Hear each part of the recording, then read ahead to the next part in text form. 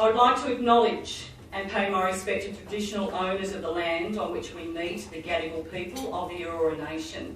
Well, good afternoon to you all. Today we are launching the annual Pro Bono Salary Survey for 2019.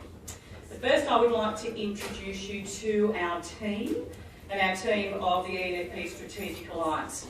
My name is Kim Calloway and I'm Head of Clients and Markets at HLB Mann Judd.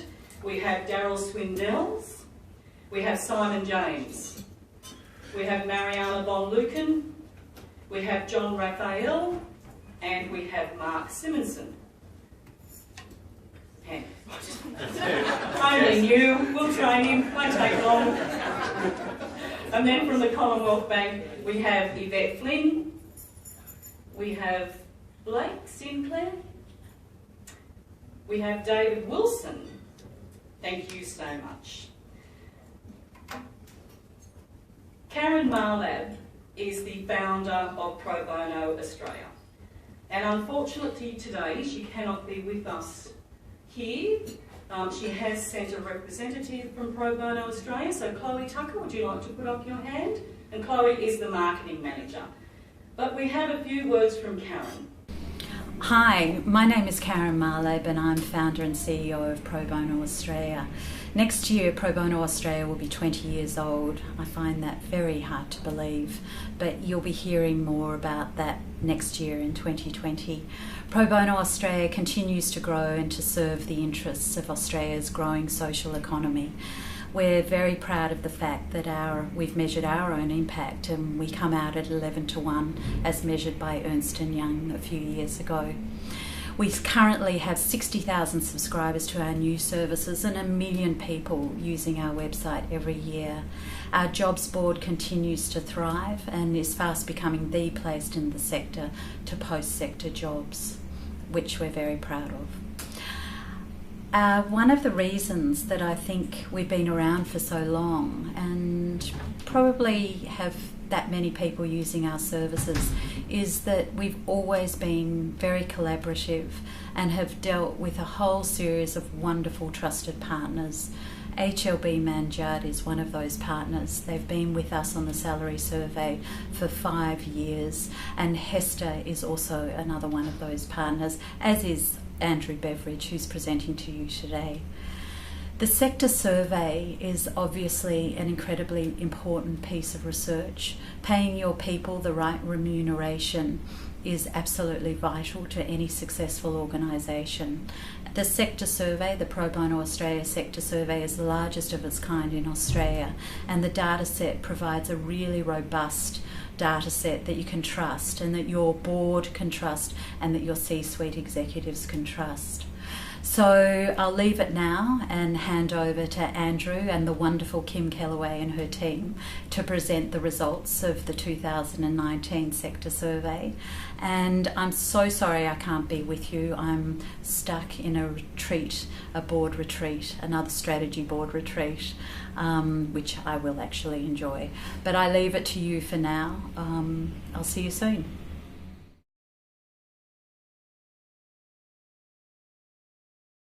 I would now like to introduce Andrew Beveridge, and I'd like to congratulate him on his new brand.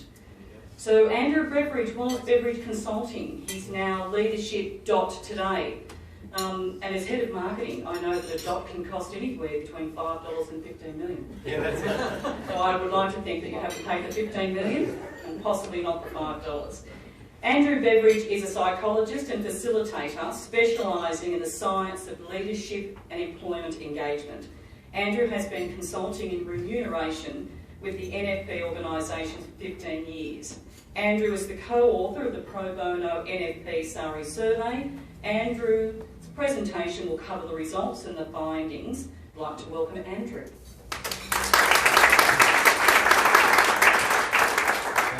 So sorry. No, thank you kindly, Kim. That's great. Welcome everyone. Fantastic to be back. This is the way I mark my year, is actually by this event. I was just saying to Kim, it's always a highlight to turn up and see that another year is over, a new one's just begun, as the famous singer once said. Before we launch into the survey, I do want to just thank those who partner with us. As Karen mentioned, HLB Man Judd's been a great partner in the survey for a number of years now, and a great supporter of the work that he's done there. Hester as well in supporting the survey, so we do really appreciate that. Also for the sponsors for today, so Commonwealth Bank, I do my banking with Commonwealth Bank, so I really look forward to that 0.25% improvement in my rates for mentioning that. Fantastic to get that. Got that on the video, that's great. We are going to be walking through some of the results and also how to use the salary survey today. It's not just about the dollars and cents, so to be honest, I don't get that excited about the dollars side. Clearly I get excited when I get paid, as each of you do. But it's less about the financial side of things for me in terms of the dollars and cents. But thinking more broadly about motivation and how we engage people. So we always try to tackle not just what trends are going on in the market in terms of salaries, but what that might mean for people as well. In terms of the salary surveys, the list of some of the jobs that we look at there, we've got 26 roles, over 1,400 individuals who contribute salary data. There won't be a test on this later, but it is just highlighting that there are a range of roles from chief executives through to general management, operations, research, grants, a whole range of roles. So there's going to be something in there that will cover off a fair chunk of the roles in your organisation as well. And I think in that sense it's quite a unique survey with the range of coverage that we see there. I'm going to talk about how to use the survey. It's a really interesting question. I got the question from Pro Bono Australia this year. They said, you know what happens? We sell the salary survey to people, and then occasionally they'll ring up and say, so what do I do next? What do I do next? So I'm here to tell you the what you do next bit. That's part of the story. So I'm going to put up a table that you will not be able to read, but it's really a placeholder to talk about how to use this data. For those who are closer to the front, you've just saved yourself a portion of paying for the salary survey for your general manager salaries. For those at the back, they got really interested now. To give you a bit of a sense of what do we do with the salary survey once we've got it. The first step is really to think about what's the kind of role that I'm benchmarking and what's going to be the best match for me. So of those 26 roles in the survey, which roles are closest to that? And there might be one or two roles. So I'll give you an example. I was working with an organisation recently. They had a grants manager role, but it wasn't applying for grants, it was receiving grants. Sorry, it wasn't applying for grants, it was actually giving grants out to organisations, so a little bit of a different flavour to it. So we're able to find another role, a services manager role, that actually lined up a bit more closely. So it's important not just to go by the job title, but try to find a couple of roles in there that are closest. The second thing is that the size of the organisation makes a huge difference, and not just at the CEO and general manager level. We actually find that organisational size has a flow-on impact to salaries right down through the organisation. So even the entry-level roles in an organisation, if you're in a larger not-for-profit, they will typically get paid more than in a smaller not-for-profit. But what you definitely find is when you get up to the CEO and general manager levels, that's when it really starts to ratchet up and vary based on the size of the organisation. So we look at that in a couple of ways. In this particular case, the one that I would normally use is the operating budget. Now, operating budget's kind of a quasi-measure of organisational size and complexity. We know it's not the only story in town, but it does give you a bit of a sense of like with like organisations. It's then about picking which salary measure do we want to use. Not-for-profits, for whatever reason, they love base salary. Get really excited about base salary measures, so we include base salary. But we also include total package figures as well. So if you want to roll in things like superannuation and other benefits, you can look at it either way. And then I get people to start with the midpoint of the market, which is a median figure. So all of that goes to say there will be a box there somewhere on those tables that applies most closely to you. So in this case, if you're an organisation with between 2 to 10 million turnover, you want to look at total remuneration for general managers, and you want to look at the midpoint of the market. $133,024 is the going rate that we saw in the past year there. So in terms of dollars, that's how we use the survey. We also give you other figures around location, so which state you're based in, the level of tax relief that you might get there in terms of the discretionary and reduced tax exemptions that come with that as well. All those figures are provided, but I do say the biggest impact is really that size of organisation, so I encourage clients to look at that. And it's important to not just match the market. So that figure doesn't say, oh great, we've got to go out and pay everyone that overnight. It's a piece of data, like any other data. We do actually find these figures fluctuate a little bit year from year as people start contributing data or stop contributing data, so they can shuffle around a little bit. That median is a bit more stable though, so that's why I tend to use that as the measure. And I would say you only have to do a more formal process every 2 to 3 years. We are, if you're on the funding side, blessed by very low wage growth at the moment. If you're the rest of us, maybe not so blessed at the moment by the lack of wage growth. But what that means is that we can let things run for a couple of years, do some smaller adjustments, and then come back and do some more detailed benchmarking. But we live in a world, and perhaps you can relate to this, you might have heard this, this acronym before, VUCA, the VUCA world. It's kind of taken off in management consulting firms and business strategy houses. And for those who want the slides, we'll be sending those around post the presentation as well. If you're madly taking down notes and trying to eat simultaneously, we'll save you from that. It's an expression that came out of, in the 1980s, out of the US Army War College, who were trying to describe what's the world like in this post-Cold War period. So when we went to war in the past, we'd wear uniforms, we had rules, we knew who was on what team, and away we went. Didn't say it meant it was a pleasant environment, but it was a bit more predictable. They would say that post-Cold War, Cold War, things changed. So they've gone from being predictable to being more volatile, uncertain, complex and ambiguous. And people more recently have said, you know what, that's not just in wartime, that actually applies to how we operate in business as well. And if I give you an example of that, I was privileged enough to work with a couple of disability service providers recently. We'll probably have a few in the room as well today. And if you look at the changes in funding and what's happened, almost every aspect of how their organisations operate has changed in the last 24 months, effectively. So with the shift to NDIS, they've moved from block funding, so government turns up and says, here's a block of funds, we'd like you to spend it on these kinds of things. The organisation says, that's fantastic, we'll see you again next year. I know it's a bit more complex than that. And away they go and deliver and report back to government on how that's going. So that's my understanding of the block funding environment, slightly oversimplified. But where these organisations have moved to, and depending on which part of that sector they fall into, is into individual funding. So I've gone from having one customer, effectively, the government, who's giving me money and I need to keep them happy, to suddenly we've got all these clients that we're servicing and we've either got to collect the money ourselves from these people or account for it back to all of these individuals. So that impacts on their financial systems. If they're collecting that directly from the families, and for some services they might actually be doing that, or from the individual, that means that people may choose not to pay. And so if they don't pay, suddenly I've got to go and chase up the funds. I didn't have to do that with the government. I just sent an email and said, where's the money? And they fixed it up.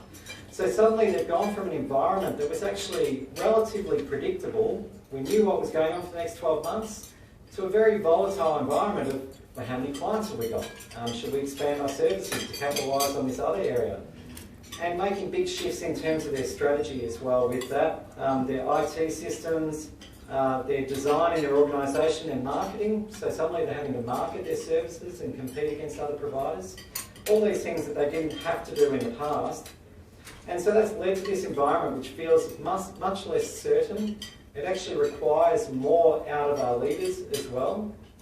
And so, not surprisingly, the disability sector is one of the sectors that is paying CEOs a little bit more money than what we see in other parts because of that increased complexity that we're seeing there.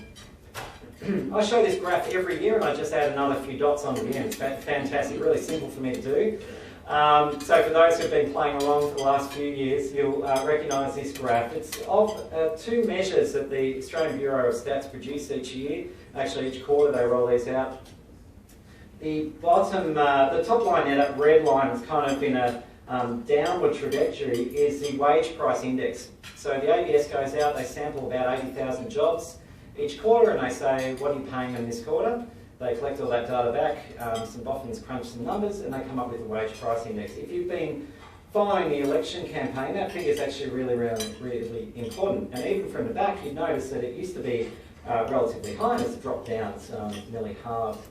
And so we are sitting at a period now where wage growth is at historical and record lows. It's blipped up a little bit, which is great, but we are sitting at 2.3% at the moment, and by any measure that's not a fantastic level of wage growth. If you look at the consumer price index, that's the black line, it goes all over the place. So you get a hurricane going through Queensland somewhere, knocking out banana plantations, that's going to impact that. You get all sorts of things that can impact on consumer price index. Still find a lot of not-for-profits go, we just give people the CPI increase, or they talk about the CPI increase. It's not a great thing to link your wages to, because as you'll see from that graph, it's got really nothing much to do with actual wage growth. It just talks about cost of living. But the other thing you'll see is that cost of living and wage growth used to be quite separate, and now it's a very close context. So what does that mean for people? When we sample people and ask them, how do you feel about your pay? Close enough to 50%, 48% of people think they're underpaid at the moment. That can't be correct. You can't have that many people who are actually underpaid. So you're going to end up with maybe a third underpaid, a third paid about right, and a third overpaid. When we asked people about that, we actually had 2 or 3% of people who thought they were overpaid. They may have been intoxicated during that webinar, I think. Hit the wrong button. But we have a lot of people who feel like they're underpaid, and so they're actually feeling quite ripped off. I went to a presentation by Bernard Salt, the well-known demographer, looks at demographics in Australia. He posed a really interesting question around what is Australia's core values at the moment. If you had to really tie it down, a few people sort of said mateship, and he goes, yeah. And he said, actually, I think our core value at the moment is don't mess with my lifestyle. So as Australians, the one thing that binds us together as a nation is don't mess with my lifestyle. This is a you're messing with my lifestyle graph. I'm not getting as much money as I used to. Cost of living is sitting around the same level. I'm not getting ahead. And by the way, my house is going down in value, and that was my plan. So my plan is shattered. Got some people in the aged care sector in the room who can help us out with all of that, thankfully. When we look at wage growth and we ask not-for-profit CEOs to forecast their wage growth, and they've been pretty accurate. So when we look at how it plays out the following year, they're not too bad at doing this. The median wage growth for the coming year, according to those CEOs, is 3%. So they're heading a little bit higher than what we see in the general market. Interestingly enough, CEO salaries, when we looked at them versus our previous survey, went up 3%. So that's uncanny. Do you know how much general manager salaries went up over the same period? Absolutely nothing. So, so that would suggest to us that the CEOs have seen a bit of a movement. And look, it's to be honest, a bit all over the place when we look at different roles in our survey. There's different reasons why that might be the case. But there's not really any roles in there that are seeing substantial movements forward, and that would support the case that we are experiencing that low salary growth in the sector as well. And for those who are, and the bulk of the people in this room are government funded, it's not like your funding is going ahead at leaps and bounds either. So what's the impact on people? We find that 80% of people see their work as demanding. Again, you might go, who's that other 20%? They're out there somewhere.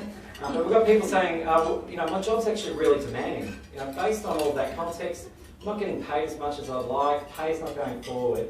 We've got almost half, 46%, who say they're often experiencing negative work-related stress. So stress isn't a bad thing, it's not a killer, but negative stress is. If you've got constant stress, and you're going, this is impacting on my life, and that's how I would read that negative work-related stress. That's not a good picture. And in the sector, we're seeing almost half of people are experiencing that. And we've got almost 20%, so 19% are considering leaving in the next 12 months. So what's that lead to? We find that figure is fairly uncanny in terms of actual turnover. When you speak to organisations and you do that in the employee survey and go, you're thinking about leaving in the next 12 months, and 10% say, yes, I am. You know what their turnover figure ends up being? Pretty close to 10%. So if we then go this as a sector-wide perspective, what that suggests to me is people are sitting there going, well, I'm not getting ahead here, maybe the grass is greener somewhere else. And so my prediction there would be that we're going to see people shuffling around jobs quite a bit in the coming 12 months. That's not the good news bit. We'll get to the good news bit in a while, hey? So as we split apart the data, we can actually think about three, what I would describe as workplace experiences. What's it feel like in the workplace? If we take that stressed group, that 46%, and just label them as the stressed, they're people who are experiencing that negative work-related stress quite frequently. We've got the stretched, so that's 80%. Who are feeling like their work is demanding, it's requiring things out of them. Obviously there's an overlap, you can be both stressed and stretched in that picture. But what was really interesting is to split out this third group, which I called the strong, for want of a better word. I workshopped a whole lot of words, that's the best I could come up with. And these are people who their work is demanding, but they're not experiencing negative work-related stress. Okay, so this is hard, but I'm not feeling like it's having a negative impact on me. And interestingly enough, the flow on impact of those three things is quite different in terms of their engagement and how they connect with the organisation. Again, you'll see this in the slides when they're sent around. I'm going to look at the stressed first of all. So these are the people who are frequently experiencing negative work-related stress. The big figure there is their overall employee engagement 17% lower than the rest. Than people who say, I'm not actually feeling that stressed. Their willingness to recommend the organisation 24% lower. So if you've got people going, feels really stressful around here, they're not likely to go around going, this is a great place to work, you should come here. You know, I'm up all night, I wake up feeling sick, it's great. Which makes sense. But it also flows through into things like pride in the organisation. They're actually not as proud to work there, their job satisfaction is lower, they're less likely to stay. And even their motivation is lower as well.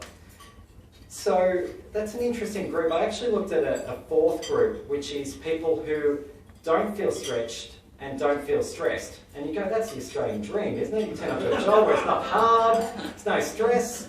Their employee engagement is also negative. It's actually not an enjoyable experience to not be stretched and not stressed. So there's something in this being stretched that's actually positive. And what we saw when we looked at the stretched group, so these are the people saying my work's demanding, their engagement's actually up versus the rest of that group. So our largest not-for-profits, it gets down to 2/3, so 66%. And I actually think that's where the problem is. So remember I said you get paid more when you're in larger organisations. So fewer women are in general management positions in larger organisations, and we found the same for CEO positions. You know, vast majority of CEOs of smaller not-for-profits are women, and you find that drops off markedly as you head down through those figures. I think that's actually part of the answer is how do we address that, and that's probably where boards and CEOs come in. A couple of things to talk about from there, and just in 5 or so minutes and then we'll have some questions. Leadership effectiveness is really critical in this. If we step up through this diagram, which I think talks about how leaders produce results, at the bottom we've got what I call follower behaviours. This is what people are actually doing on the ground when they're delivering results. That's where we get our results from. If you step back from that, you want aligned motivation, is what I would call it, where you've got people heading in the same direction as the organisation. I'm interested in the purpose of this place. I've internalised that. So Desi and Ryan's research would say you can take something that's really meaningful that an organisation is doing, you can actually get it inside yourself and make it part of you. That is driven by leadership styles, the behaviours that a leader uses. And if we want to get deep for our day today, then that's actually driven by the leader's feelings and emotions, their emotional intelligence, their awareness of themselves drives that. My first job was working for Target. Remember Target? They used to have a garden department at the particular Target I worked in. I was in customer service security. Pretty impressive job title. What do you reckon that was doing? It was checking bags. So I was 15 years old, year 9, bag checker on the garden department at Target. And it was a fascinating place to work. We'd have people try to make quick escapes. They come in the front door, grab something, and then try to run out through the garden department. So they got the little burly 15-year-old kid to try to tackle them to the ground on the way out. And we had a guy, sometimes refunds would come to us. So people would bring things in and go, this thing's broken. I'd say, you got a receipt? Yes, you do. This guy turned up one day with a stick, basically. A twig, with a ball of plastic on the end of it. And I went, what is this? And anyway, I get the receipt. And written on that receipt is bare-rooted lemon tree. Bare-rooted lemon tree. Now, if you don't know what a bare-rooted lemon tree is, it's basically a cheap way of shipping plants around. You knock all the soil off, You put it in a little bag, don't last very long, you put them in stores, sell them, people go home and plant them. This guy didn't plant them. The date on this lemon tree was 3 months before that. He brought it home, put it in the corner of his garage, and it had died. Now, the audacity of the guy, 3 months later, he brings the twig in with a bag and goes, I want a refund on this. And I go, why? He goes, it's dead. Now, why do I share that story? Because I think that's how sometimes we look at motivation. You know, did he create the right environment for that tree? Probably not. Did he feed it? Did he water it?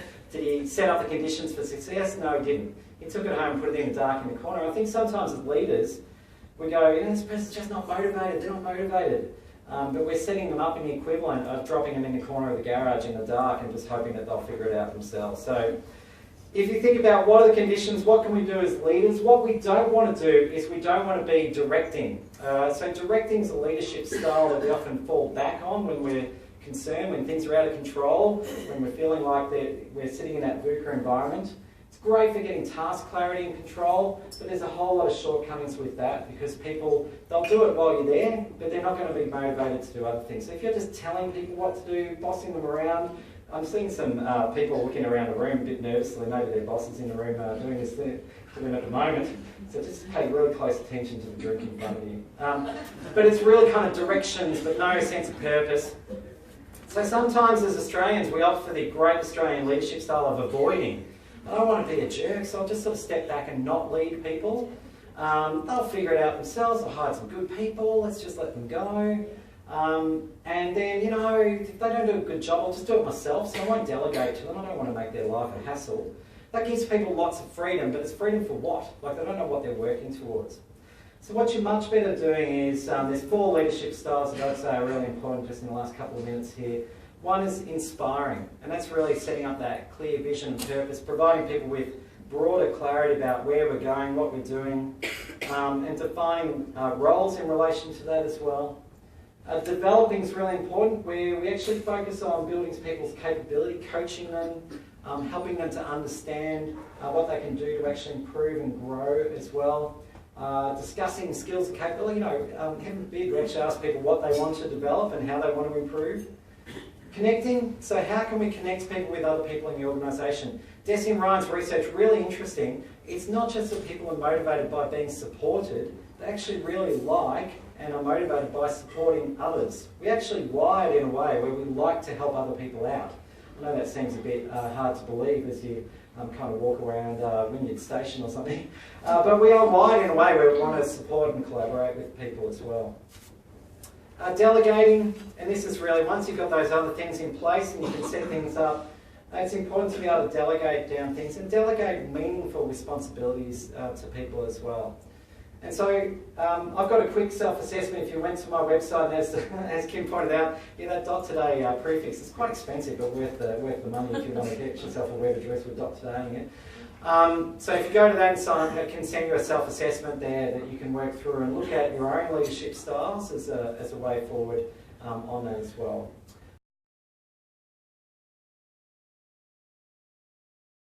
So our next speaker I'd like to introduce is Rachel McLennan, CEO and co-founder for People for Purpose. People for Purpose exists to support individuals and organisations clarify their purpose and connect to it to create social impact. And prior to establishing People for Purpose, Rachel was founding CEO of Australian Philanthropic Services, or APS, born out of Social Ventures Australia, that was established to increase the number of private and public ancillary funds in Australia. Please welcome Rachel.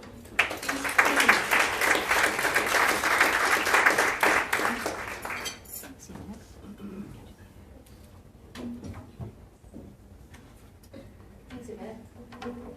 I too would like to acknowledge that beneath the carpet and concrete, the land is, was and always will be Aboriginal land. And if you haven't Googled Barangaroo the lady, you don't know anything about her, she was quite fabulous, and I would suggest that you take a look. She's responsible for the creation of these wonderful buildings. I just wanted to provide some context around why I'm here. I'm really excited and grateful to Kim for inviting me, because our soapbox issues are clarity of purpose and great leadership, and we bang on about them all day long.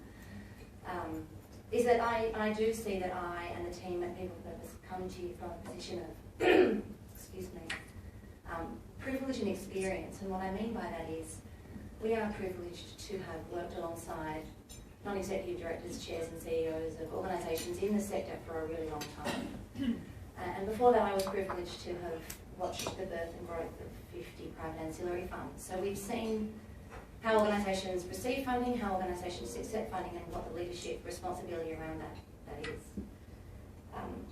I wanted to ask you all to think about for a second, on a scale of 1 to 10, how aligned to purpose you believe the organisation that you represent is in terms of the people inside that business. And I mean everyone from volunteers through the management team and executive team right up to the directors and the CEOs, chairs, sorry.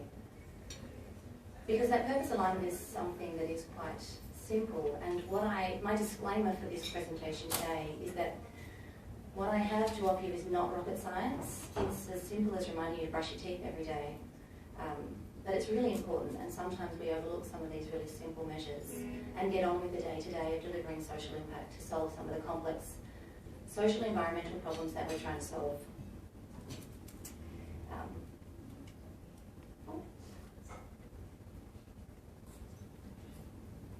So leading on from what Andrew talked about, and perhaps he should say strong and not stretch, but this is digging a little deeper into how to create operating environments that do create that stretch and not the stress for people. And as I said, the reason that People for Purpose exists, far better off in terms of happiness generally. You'll represent your employer regardless of what they do better. You'll be happier in terms of family. So it might be quite interesting. I'll buy you a book. So I want to talk to you first of all about individual purpose. And sometimes again we don't address this. Is it clear? Do individuals inside the business know why they're there? I'm going to try and give you some examples in each of these sections, but I do what I do because my mum was given to the Salvation Army when she was 15 months old. She was abandoned by her parents. Someone called, handed over the child, and she was there for 16 years. Now, I don't necessarily wish to work for the Salvation Army, but I did choose to sit on the board of an organisation called the National Centre for Childhood Grief, who provides support to children whose mum or dad have died. Because I have lived experience through my own mother of what it would be like not to have parents. And for my own 3 children, I'd love to know that they had somewhere like the National Centre for Childhood Grief to go should something happen to my husband or I. Now, we in People for Purpose call this proximity factor. Sometimes an individual's purpose is too close. We worked with Cure Brain Cancer for a long time. We had lots of people who have had brain cancer or have experienced brain cancer wanting to come and work and solve the problem. And it was very difficult because they were very, very close. So what do we understand of an individual's purpose as they're coming into our business? Do we even test it? Do we ask non-executive directors why they're there? Do we ask volunteers why they're there? And is it in balanced against the organisation's purpose? Is it aligned? Again, many organisations that we've worked with exist for a certain reason, but the people who work inside the business believe nuances of language mean that they're there either for the family or for the people who are being affected by it, or for the community around. It's really important when you're trying to deliver your strategy that that clarity of purpose is understood and is communicated and is aligned. And is it across every level of the organisation? Is it reviewed? Same with organisational purpose. Again, we've worked with boards where we've interviewed 12 directors and asked them what the purpose of the organisation is and had 12 different responses. Tiny, tiny differences in language, tiny, tiny differences, but they can make significant impacts on strategy. And I'll give you a really cute example. There was an organisation down in Melbourne that we worked with who provide drama courses for homeless people. And they were trying to decide whether or not their latest production would be toured. Half of the board felt like they were a production company competing against all the other production companies like the Melbourne Theatre Company. And the other half of the organisation, in terms of its board, felt like they were an organisation that supported that community of homeless people. So why would they tour it? If they were not touring, they wouldn't be there to support those people. And until we had clarified organisational purpose, which took a really long time, we could never agree on the organisation and strategy in terms of where it's heading. Is it known? Do people know what it is? Is it reviewed? How often do we have, at governance level or board level, reviews of our purpose? And is it beneficiary-centric? Do we actually go back and ask the people of the environmental problem that we're looking at? Do we actually look at it in detail at periodic points? Lindy and I are currently working with an organisation who work in the disability space. That particular organisation's beneficiaries have changed they're now living longer, more healthier lives, but the business was built to support those people who had that disability when they were sort of between 0 and 20 and now living beyond. So do we go back and understand what the beneficiaries need? Governance. Now these are taken from the AICD's governance principles, and actually I brought a copy. Would you mind holding that up, Jenny? Jenny's actually here from the AICD. You probably all know that the Australian Institute of Company Directors are fairly committed to supporting the sector. They wrote, let me just grab that because it's really interesting. So this was originally written back in 2012, the not-for-profit governance principles, and obviously every organisation can access them, but they were reviewed last year. And I would encourage you to look at this, not necessarily just from non-executive directors. This is not about boards. This is about everyone inside the organisation understanding and contributing to these principles. We often ask, if there was a Royal Commission that looked at the for-purpose sector, could you as an organisation prove that you have spent the dollars well to create the social impact that you exist to create for all the tax benefits that you have been given? So if we quickly look at some of these principles, and again, this is not just about governance, being clear on purpose is obviously number one, and that's new. It wasn't number one in 2013. And having a strategy. Principle 2, in terms of roles and responsibilities, doesn't just relate to the board. It relates to clarity of organisational roles and responsibilities. And again, we work with organisations where you have a CEO and a COO or a general manager, but there is no clear delineation between who does what. It's kind of assumed and not reviewed. And so these are simple measures that you can take to help your organisation deliver and create that environment. Principle number 3, board composition. And I have a little soapbox issue here too around board composition. Yes, it's important to look through the filter of skills matrices and having someone on the board who represents legal and represents marketing. But is it actually attached to your strategy? Have you actually said, we're an organisation who are going to deliver this, and in terms of, or being able to do that, we need different skills on our board, like someone who can represent the stakeholder, someone who understands technology, someone who understands fundraising. It's quite amazing how many for-purpose organisations actually need to fundraise to deliver their work, and they have no one on the board who actually understands the science and art of fundraising. Effectiveness, again, this is not just board effectiveness, but team effectiveness. Another quick example, worked with a board who work in the Indigenous space, providing access to sport and education for Indigenous communities. And I asked the board why they were there and if they wanted to be there. And at the end of the day, all directors did not want to be there. They were there because the Commissioner for Aboriginal Affairs was the chair and he'd asked them to be there and they said yes. I then interviewed the head of programs, this 23-year-old guy who was bouncing off the walls about the impact that they had had and how many kids come to school and how excited they are to be contributing and committing to their communities. And I said to the head of programs, have you ever been to a board meeting? And he hadn't. So we actually took the entire board out to community to connect them. It was a board effectiveness point. It made them incredibly effective and connected to the organisation. And 12 months later, we went back, all the board members were still there, everybody understood why they were there, and everyone was really excited about the contribution they were making. Risk management, again, everyone's responsibility, but I give you another example. I sat on the board, as I mentioned, of the National Centre for Childhood Grief, and we were in a suburban East Denison, we are in a Denison Street suburban, but there was a proposal to build a daycare centre next door, and we were just going to let it happen, except for the fact that had been overlooked. That there was a single parent coming to drop the kids off for counselling, and next door there were going to be 1 or 2 parents dropping kids off to daycare and picking them up every day. Now, we didn't actually necessarily have to do anything about it, but one of the counsellors said this potentially is a risk for some of the kids who are coming along. And it had been overlooked by the governance team, me included, but it was brought to the attention by someone inside the business. So I would encourage you to consider at all levels risk. Performance is relatively obvious. Accountability, transparency. We worked with another consulting firm to look at what makes a not-for-profit well-run. We surveyed 250 funders and NFPs and asked them, I give to the Bonados, why? They're well-run. What does well-run mean? Number 1 was clarity of purpose. Number 2 was great leadership. Number 3 was transparency. Number 21, and there were only 21, was administration costs. So what that tells me is that we don't necessarily care what you're spending your money on, as long as we know what you're spending your money on, or as long as we can see that you are transparent with us and you're telling us what you're doing with the dollars. And obviously the ACNC has made that a whole lot easier. Stakeholder engagement, back to my example in the disability space. Who are they? Are we talking to them? Are we engaging our team? Do people know who we're serving and what their actual needs are? And do we go back and continue to ask them? And conduct and compliance, are we following the law? Can I ask everyone to put their hand up really tall if they have inside their business a theory of change? 2. Can I ask you to put your hand up if you know what a theory of change is? It's really important to have a theory of change and to review it at least once a year because, again, to the point around we're creating an environment for employees to feel connected because we're not paying them millions and millions of dollars. We want them to feel like they're solving a really big problem that they obviously give a crap about. But how we do that is reliant entirely on a theory of change, and it always surprises me how many organisations don't have one of these.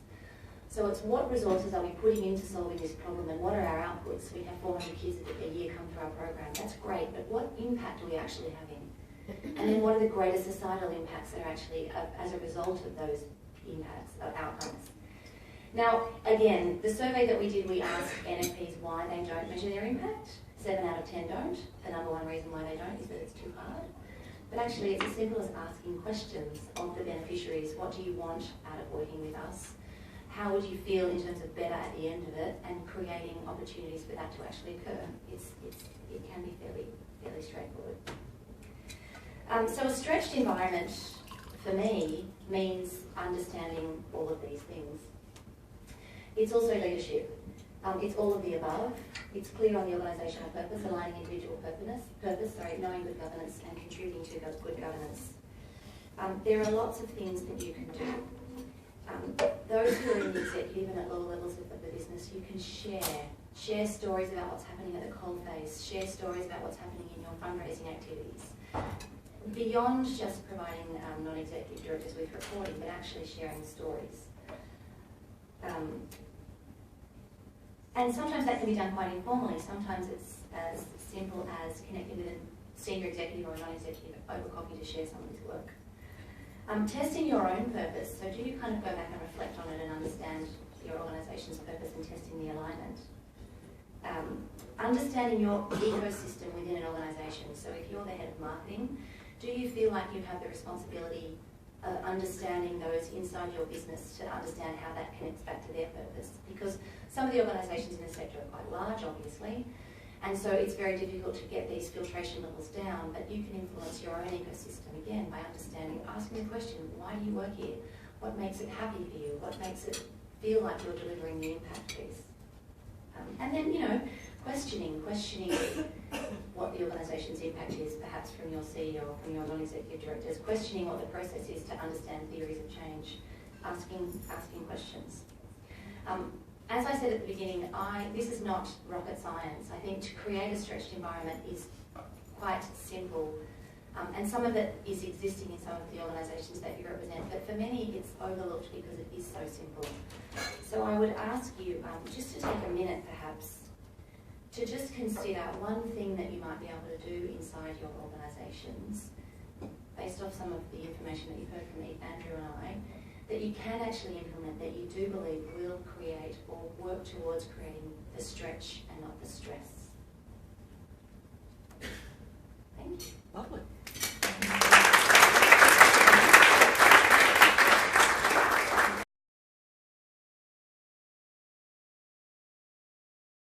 Our next speaker is Mariana von Lucken from HLB, and she's going to talk to you about some of the impacts on your employment, of the cost of what you're paying your people.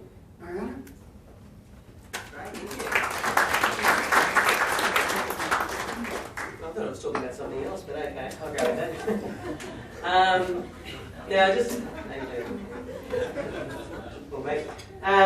I just wanted to start off with just following on.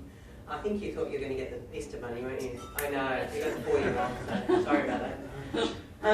My purpose for being here right now, you might ask, is really about keeping you compliant and safe and minimising risk. How do I do that? Well, from the HLB perspective, I do tax, but as you know, not-for-profits don't pay tax, but they do look at, in some instances, paying fringe benefit tax. Now you're all going to go to sleep now on me. That's okay. I'm not going to drum on. But the main thing is just to keep in mind, not everyone here is in the finance. Some of you in the room are HR. Very mixed crowd. But it is important because where is the first port of call when you negotiate a contract with someone? HR. HR is negotiating the contract. So they're saying this is your salary and these are your benefits. Now there's different types of organisations in the rooms. There's charities, there's exempt, FBT exempt charities, and there's FBT rebatable charities. So really the two. Now for the FBT exempt charities, as you know, you've got those caps which you say when you're drawing someone in, here's your salary, and also part of that is this beautiful cap where you don't pay any tax on and you're not assessed on. It's fantastic. The only thing that I've observed in some instances, in some organisations, HR organises that, and finance over here is doing the fringe benefit return.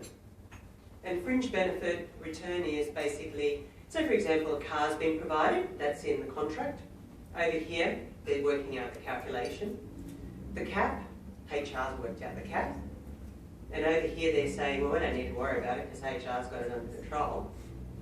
And then any other benefits that might come within the organisation, HR doesn't really worry about. It's really finance, and that's where they have to work out fringe benefits.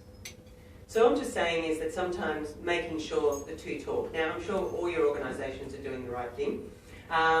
They're all talking, HR's talking to the finance team. So what my role is I come into organisations and help them and look at, say, ask those questions. These are your caps. These are for FBT exempt. Rebate will also get a cap, but treat it a bit differently. These are your caps. Are you exceeding those caps? Now, if anyone exceeds the cap, that means a return, fringe benefit, this is keeping compliant, has to be lodged for all of them. Only paying FBT on that excess, but has to be lodged. So there's the compliant, minimising risk. Because if you haven't done it, imagine somebody comes in, has a look, someone like from the ATO, tax office, comes, so I've got a bit of a cold, so I don't sound the same. A bit nasal. Comes in, has a look, goes back through 4 years and says, oh, look, by the way, you've exceeded your cap in all these, and you owe this much fringe benefit tax and interest and penalties. We might be able to remit some of the penalties, but not the interest. And you thought everything was under control. And that can cost you quite a bit. So here's where the minimising risk. So it's just being aware of that. The other thing is entertainment's always an interesting one, isn't it? The FBT exempt get meal cards, part of their cap. Again, it's part of their, what's it called, reportable fringe benefit, because it's salary sacrificed. And that meal entertainment, we know how to treat it. But there's entertainment that goes on within an organisation that's outside of the cap. That's what I'm talking about here. So entertainment defined as food, drink, recreation, social events. Accommodation provided maybe for that entertainment. So there's two sort of types of entertainment I always think. If you think about it, it's food and drink, and then the recreation, the golf, and all those kind of interesting things. I'm not interested in golf, by the way. You need to look at the circumstances when you're looking to see if something's entertainment. And you ask these questions, what, why? It kind of makes sense, right? Now, if it's not entertainment, no worries. But if it is entertainment, you have to consider the big differences between a for-profit and a not-for-profit that was highlighted. And I've seen, and some people are a little confused about it, so I just wanted to just bring it out here in the group. So again, if you're HA, you can go to sleep for a while because it's probably not something you're packaging your meals and everything, and that's all good. It's more from the finance team. They're looking at, okay, do we do this social event? Are we going to chuck this Christmas party or not, really? Do we need to? Do we need to spend the money? A for-profit would go, yeah, let's spend the money, under $300, we're fine, we get an exemption for FBT, may not get a tax deduction for it, okay, may not get the GST, but so what, everyone's happy. For a tax-exempt body, because you are tax-exempt, you're not paying tax, it's a little bit different. You actually still have to pay. You don't get this minor and infrequent when it's entertainment. If it's not entertainment, somebody gives you a bunch of flowers, you can use the under 300. But if it's entertainment, and when I say what is entertainment, you have to go back to this definition. It's quite convoluted, there's lots of rulings, all exciting things. Darren wanted me to give you some sections, but I said no, I'm not going to do that. I'm going to hold myself back. Thank God. Thank God.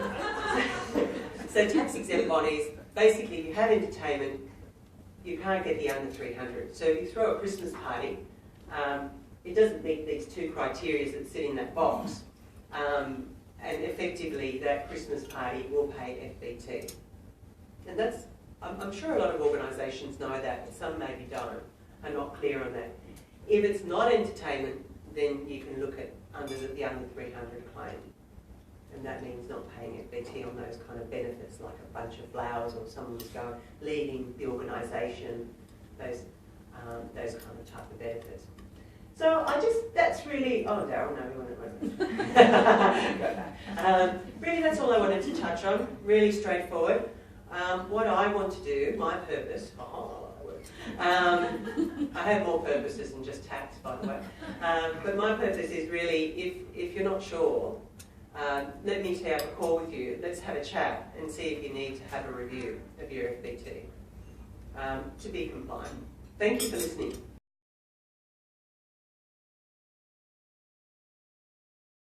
I wanted to mention to you, we had a function in here recently for our not-for-profit friends, the financial part of the business on the new revenue and leases standards for not-for-profits. Now, one of the things that the finance people told us about these changes that are going to have a very, very, very big impact on a lot of organisations is that their boards aren't giving them the resources they need to figure out the answers to these questions. And there is a fair bit of work in it. How many leases do you have? What is a lease? Do you have arrangements that have been there for 75 years but maybe not written down?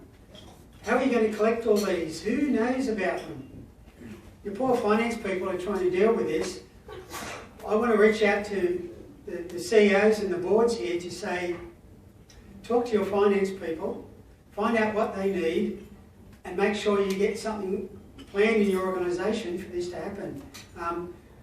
We've sent a letter to each of the participants for them to pass on to their boards to say, here is a big long list of things that need to be done. You need to get cracking on them. For some of the not-for-profits in the room, this is already happening, and your monthly finances that you see should be being reported under these new rules, and they might be very, very different. For others, with the junior end, you've got about another 2 months before they kick in, and you've probably got about 3 months worth of work to do before that happens. So I encourage you all, talk to your people who came along to that session, or talk to one of the HLP people in the room, so that you can make sure your organisation's organised and you don't get in a huge rush, and no one likes surprises. So this will prevent you having any of those problems. What's next? So before we do that, Yes. we have some time. I feel like the Daryl and Kim show. Right. Did you? One of the things that Andrew talked about. Over Daryl. One of the things that Andrew talked about was how people use the pro bono salary survey.